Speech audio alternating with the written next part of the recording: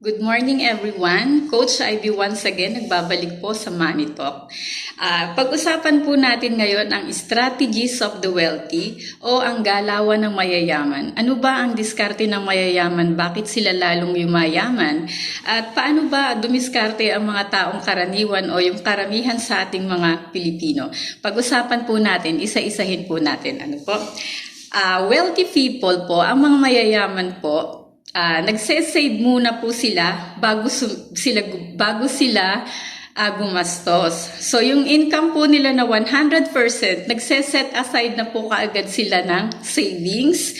At nagta-tithes po sila, tithes muna 10% and then 20% po is savings and then yung the rest na 70%, yun po yung kanilang binabudget for the expenses.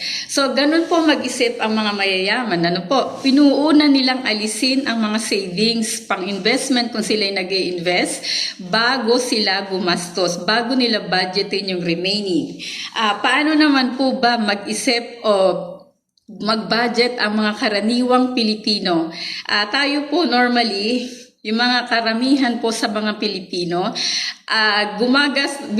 pagdating ng sahod, nagbabayad po muna agad sila sa mga gastusin nila, kung mayroon silang mga kailangang bilhin, at kung yung sa mga bills, inuuna po nila yung bayaran yung kanilang mga bills, at ang tira po, dun pa lang po sila magse-save. So, baliktad po. Kaya minsan wala na silang nai-save kasi kulang pa yung sinahod nila pangbayad sa mga expenses nila.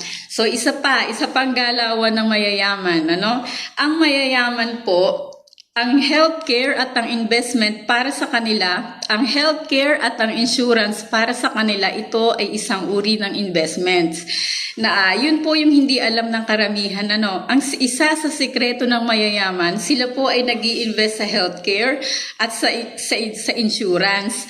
Samantalang sa mga karamihang tao po, sa mga ordinaryo na mamamayan, ito po ay iniisip nila na gastos lamang at ayaw po nilang pag-usapan ng healthcare at ang insurance. Kaya naman po, habang nagtatrabaho sila, nagagastos lang nila yung income nila sa mga pang-araw-araw na bills, nakakabili sila ng mamahaling gadget, pagbibili ng gadget, gusto yung pinakang uso, yung pinakang latest, at hindi naman po sila nakakapag-ipon. Hindi sila nakakakuha ng healthcare o insurance dahil ang katwiran nila, gastos lamang ito. Meron namang PhilHealth, yun po yung katwiran ng iba. Subalit ang hindi nila alam, hindi naman po sinasagot lahat ng PhilHealth ang mga hospital bills. Hindi po sila interesado sa healthcare at sa insurance. So yun yung difference ng mayayaman sa ordinaryong mamamayan. So iniisip ng mayayaman na ang insurance at ang healthcare, ito ay isang uri ng investment. At ang ordinaryong tao, karamihan, ito po iniisip nila na gastos lamang at pandagdag lamang ito sa gastos, kumbaga. So, most people work hard for money. So, karamihan po sa atin nagtratrabaho para sa pera. At ang wealthy people naman po is let the money work for you. So, hinahayaan po nila na ang pera ang magtrabaho sa kanila. So, yun yung difference. Paano nga ba magtrabaho ang pera para sa'yo? Ganun kasi ang ginagawa ng mga mayayaman, yun ang galawan ng mayayaman. Ini-invest po nila ang kanilang pera sa power of compounding interest o yung sa mutual funds.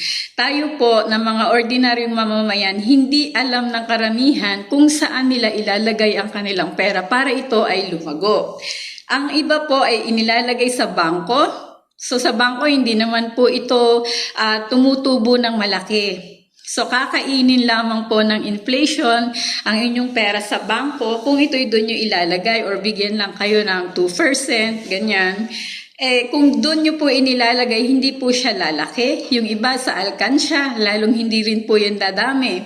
So ang mayayaman po, alam nila kung saang platform dapat ilagay ang kanilang pera para ito ay lumago. So naririyan ang stocks, bonds, mutual funds, investment in real estate. So yun ang kanilang ginagawa. Nag-i-invest po sila para in a long term, yung pera ang magtatrabaho para sa kanila. Kaya ang pagkakaiba ng dalawa sa paraan ng mindset po, mindset. So yung galawan ng mayayaman at ang galawan ng mga ordinaryong tao, yung karamihan sa atin, ay nagkakaiba po sa paraan ng ating pag-iisip. Ngayon, bakit hindi po natin gayahin kung paano mag-isip ang mayayaman? Bakit hindi natin gayahin ang galawan ng mayayaman at hayaan natin na ang pera ang magtrabaho sa atin? Alam niyo po ba kung ano pa yung mindset ng ibang Pilipino na sinasabi nila, meron naman akong GSIS, meron naman akong SSS, meron namang PhilHealth, may pag-ibig. Ang lahat po na iyon ay hindi sapat sapagkat hindi po niya kayang i-occupy ang ating pagtanda. Tatandaan po natin na ang dalawang bagay. Paano kung tayo ay mamatay agad? Paano kung mabuhay tayo sa mahabang panahon? Ano ang magsusustain sa atin? So dapat po ngayon pa lang pinaglalaanan na po natin ang ating pagtanda. So kung gusto nyo pong matuto pa at malaman, makapag-umpisa kung paano palaguin ang inyong pera, kung paano kayo mag-start ng investment, at kung saang platforms nyo ito dapat ilagay, investment vehicle, kung saan yung pera nyo ang magtatrabaho para sa inyo, i-PM nyo lamang po ako at i-follow nyo po ako sa aking Facebook, ID Gallardo po, at meron po akong page, Coach Ivy Gallardo, at meron din po akong YouTube channel, Miss Ivy Financial TV. God bless everyone and thank you.